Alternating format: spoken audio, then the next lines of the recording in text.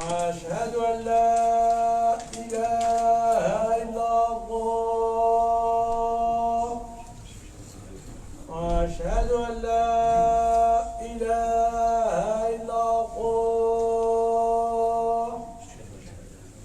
أشهد أن محمدا رسول الله. أشهد أن محمدا رسول الله. حي على الصلاة. حي على الصلاة. حي على الفلاح. حي على الفلاح. الله أكبر. الله أكبر. لا إله إلا الله.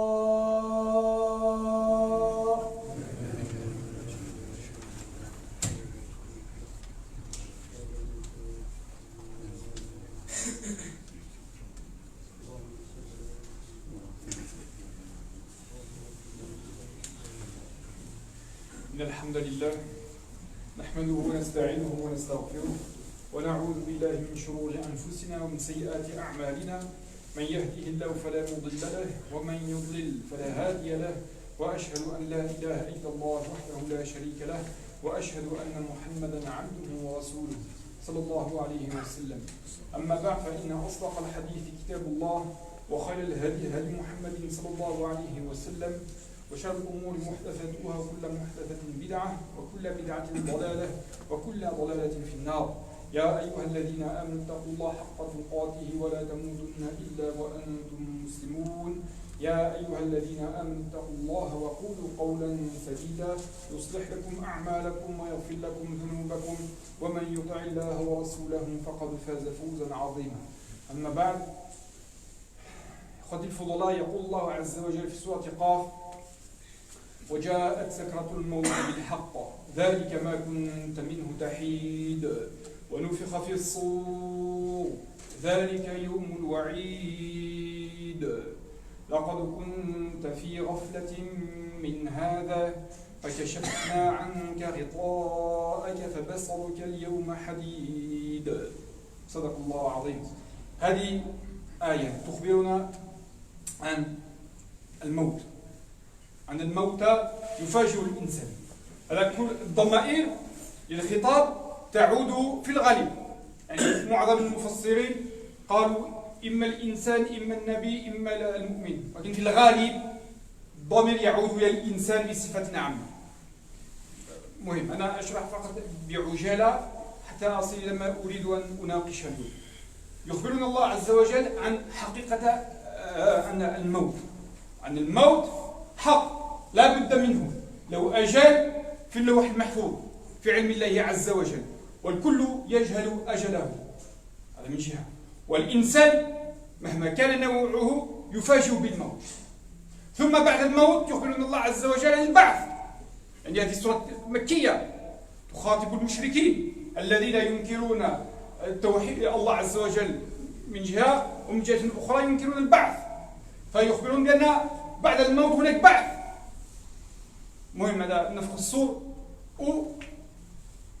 لقد كنت في غفلة من هذا يعود إلى كل ما ذكر، وإلى يوم القيامة، إلى يوم الحساب. أنك أنت الإنسان كنت في غفلة من هذه الحقيقة، وهي الحقيقة. شيء تعتقد أن الدنيا هي الحقيقة الحساب. أما الدنيا خلقت من أجلك، تعيش، تقوم بالأسباب، تعبد الله، تطيعه، يعني بمنزلة المعبر أو امتحان. تجتهد في هذه الدنيا بإذن الله تنجح في الآخرة. أما لقد كنت في غفلة من هذا، أنت يا أيها الإنسان كنت مهتما بهذه الدنيا، كنت منشغلا لها ومن أجلها لها. هذه الحقيقة. اشتغلت بما لا قيمة له. لا نقول والشرع لا يقول بترك الدنيا بشكل كلي، وإنما تهتم بهذا العالم السفلي بما تحتاج. لا يقول لك تفرع للعبادة واترك العمل ترزق، لا، ترزق قم بالأسباب، اشتغل، اهتم بالدنيا بما يكفيك. لأن الإنسان الذي وجه له الخطاب وخطب في هذه الآية، لقد كنت في غفلة، كنت تهتم أكثر اهتماما أكثر من اللازم، فوق اللازم. اهتممت بالدنيا، كنت تعتقد بأن ينبغي أن تبني حياتك في هذا العالم السفلي. وكذا هذا العالم الدنيا تفنى ويفنى ما فوقها. بتركيزك باهتمامك على هذه الدنيا تركت الآخرة. والمكث في هذه الدنيا مؤقت، أما المكث في الآخرة إما في الجنة إما في النار للأبد، للخلود. فعلينا جميعا أن نهتم، نأخذ من الدنيا ما يكفينا صافي، والباقي ركز عليه لتستعد للآخرة، لتبني آخرتك. حتى نوضح الأمور. أنا مع الأسف حتى منا من المؤمنين، حتى من العبد ضعيف أمامكم، نهتم بالدنيا. تشتغل في الشركة أو أنت بنفسك تفتح شركتان، تشتغل، بدأ تشتغل، تعتقد بأن لك لما تفتح شركتان ستكون حرا، لما تريد أن تتوقف عن العمل تتوقف، وهذه حقيقة مزيفة. بدأ تشتغل، تعتقد، تخاف، بدأ تشتغل، وحقيقة ما في هذه الدنيا أننا كلنا أرقام. أنت تشتغل في شركتك، وأخا أنت حاذق تتقن عملك، تأتي في الشركة، أنت تفتح شركة قاعد، جيت تصل قبل صاحب الشركة المدير، أنت تأتي قبله تفتح شركة تتقن عملك، تغادر المصنع أو المكتب بعد الآخرين وأنت راقم. ستنجح، ستفوز، ستحترم، ولكن أنت راقم. ما معنى أنت راقم؟ يصير التقاعد تنسى.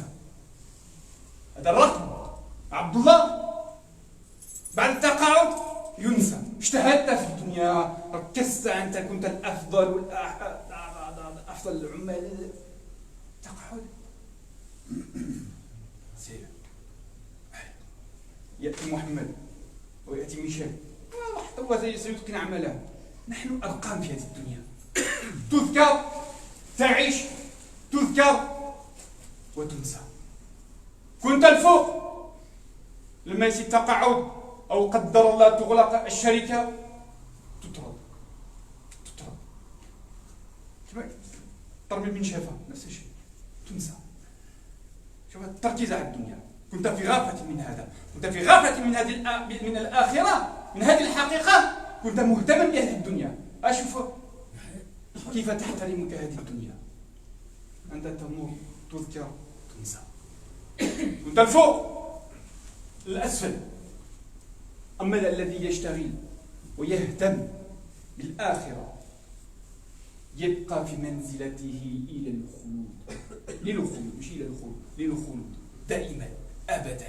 اجتهدت، ركزت، اهتممت بآخرتك، بنيت لما بعد الموت. إن استحقت الجنة تبقى في الجنة. أنت اجتهدت، كنت في القيمة، اجتهدت بإخلاص في العبادات وفي الطاعات، تبقى إن شاء الله تستحق الفردوس، تنال الفردوس، تبقى في الفردوس. ماشي كي الدنيا تواخذ ترتفع درجتان، أنت عامل، أنت تعطى لك المسؤولية، حتى تصبح مديرا للشركة، وصلت الفوق تنزل مع التقاعد وتنسى. أما في الآخرة الله عز وجل يعطيك ما تستحق. اجتهدت كنت مخلصا له يعطيك الفردوس، أو يعطيك ما تستحق. وما تستحق تبقى فيه. ماشي في يوم من الأيام تنسى. تستحق أن تكون مع الشهداء والصديقين إلى آخره، تبقى معهم. تستحق أن تجلس مع النبي صلى الله عليه وسلم، تبقى مع النبي صلى الله عليه وسلم للخلود، للخلود، للخلود الأبد، لا فترة، تبقى معه فيما تستحق. شوفوا الفرق. تهتم بالدنيا، الدنيا تنسى وتنسى. تنسى، هي تنسى أصلا، ولكن أنت اهتممت بها خلاص تنسى.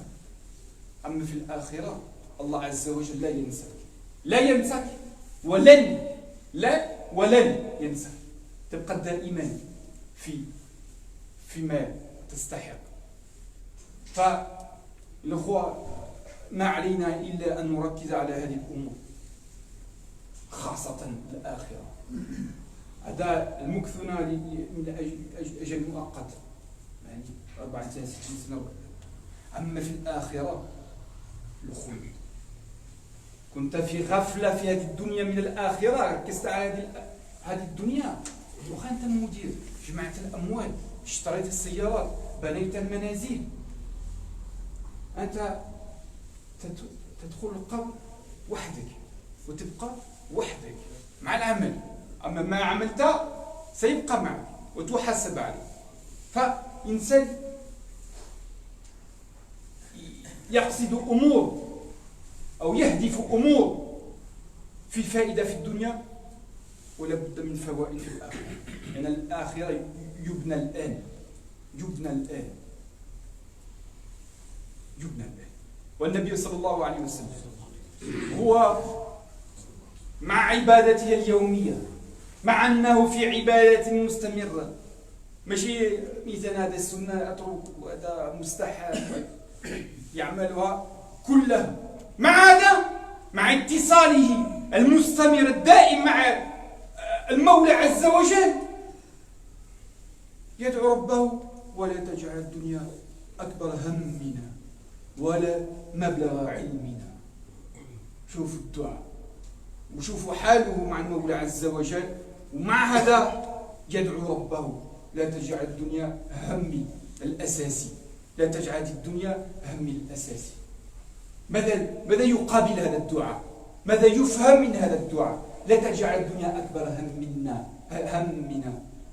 بمعنى هذه الدنيا لا قيمة لها، فاجعل الآخرة هي أكبر همنا، لأننا سنمكث فيها وسنبقى فيها للخلود. إن لم تبني شيئا لمستقبلك، إن لم تعبد الله عز وجل، إن لم تستعد ليوم القيامة، أين ستعيش؟ تعيش في النار إلى الأبد. المنازل، المال، إلى آخره. لا تأخذ شيئا معك، اللحم، البيض، الصندوق، وعملك. فركز على ما هو مفيد في الدارين. أما التركيز على الدنيا يعطيك فقط الهموم والمشاكل والتواتر، خلاص. أما اهتمامك بالآخرة بإذن الله إن كنت مخلصا يعطيك منزلا قيما ودائما في القيمة.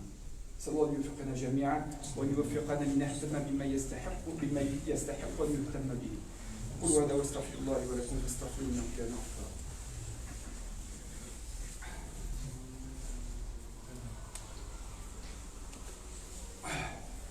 بسم الله والصلاة والسلام على رسول الله صلى الله عليه وسلم. Mes frères, Allah Azza wa Jalla nous dit dans Sourate Qaf, et la mort elle est arrivée. Dans Sourate Qaf, une sourate qui est descendue à Mecca. Il parle aux non-musulmans. Il parle en règle générale, ce sont une scène de l'homme en règle générale, l'être humain en règle générale à qui Allah Azza wa Jalla il donne des exemples. Surtout dans ce qui est Mekki, il fait le dogme. On construit la aqidah. La mort, elle te vient. Alors, c'est une vérité qu'elle est obligée de venir. La date, elle est écrite, Allah Azza wa Jalla, mais non, personne ne connaît ça. Qui que tu sois sur cette terre, tu ne connais pas ton terme. Mais ton terme, il va venir.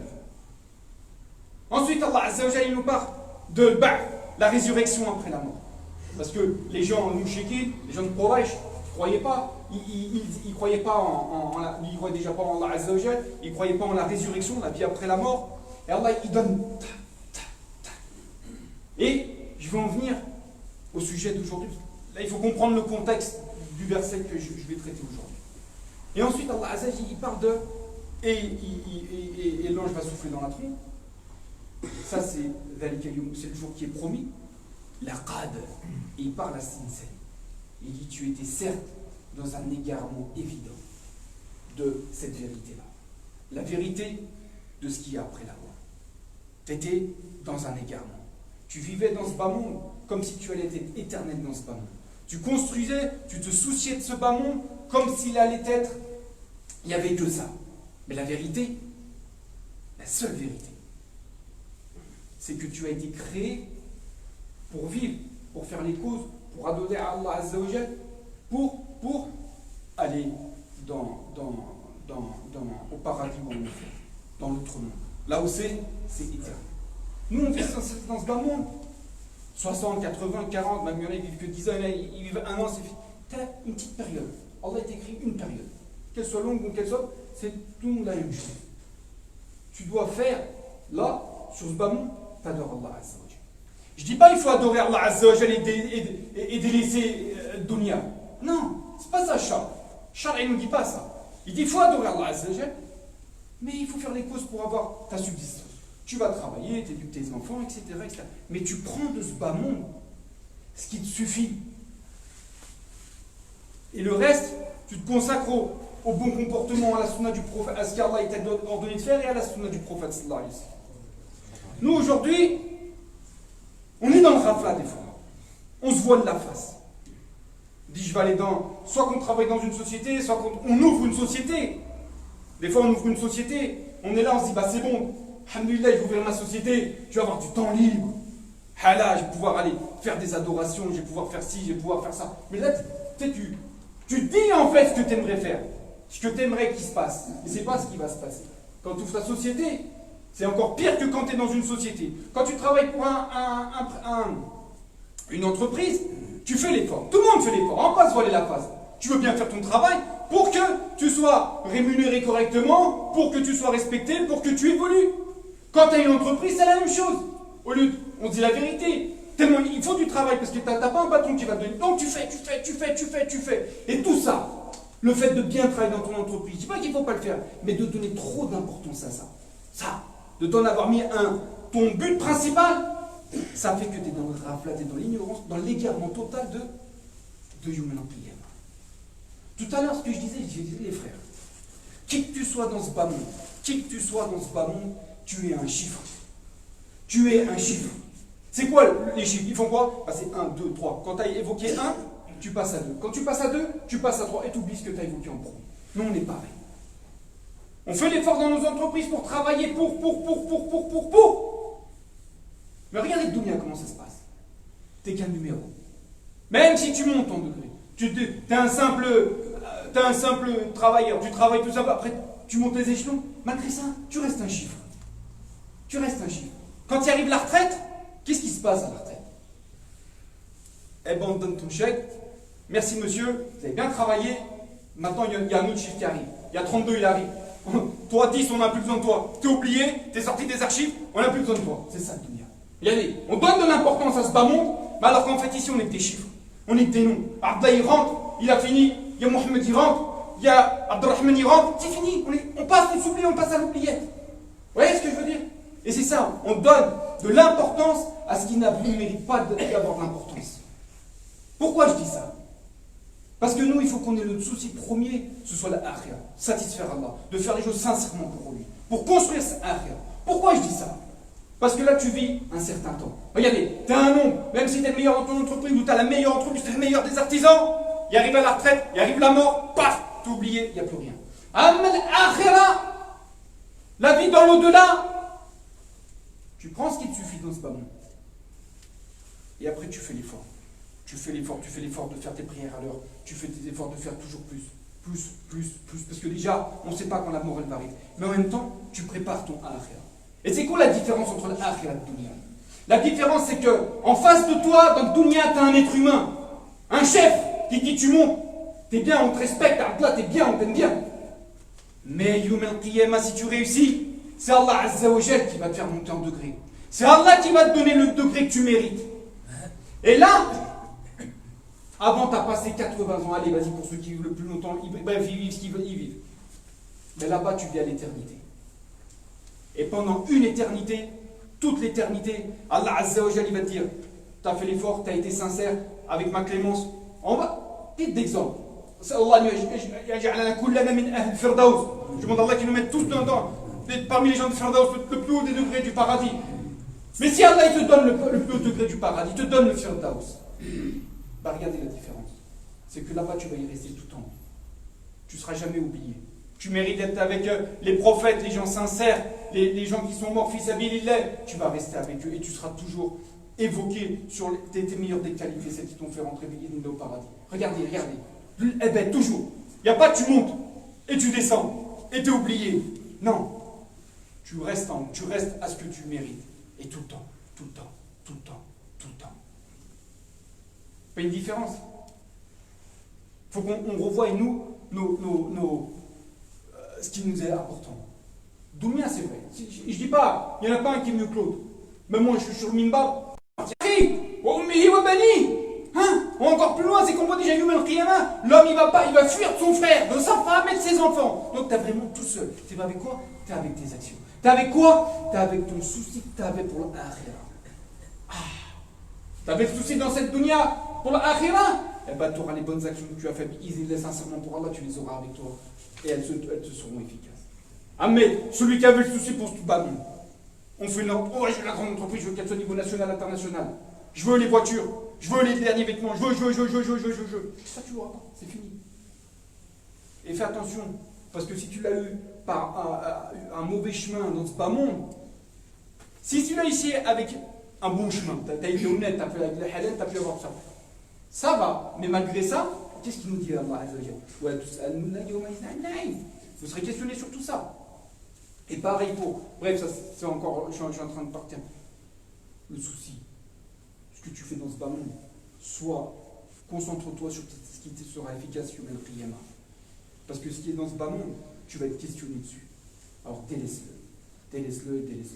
Quand tout à l'heure je disais, et je vais conclure par ça, le prophète sallallahu alayhi wa sallam, malgré sa relation avec Allah Azza wa Jalla, vraiment il avait un lien direct, toujours en adoration, il ne fait jamais d'erreur.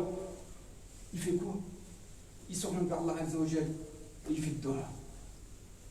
Et ne met pas et ne rend pas cette dunya notre plus grand souci et le but de notre science. Le prophète sallallahu alayhi wa sallam, il fait dua comme ça.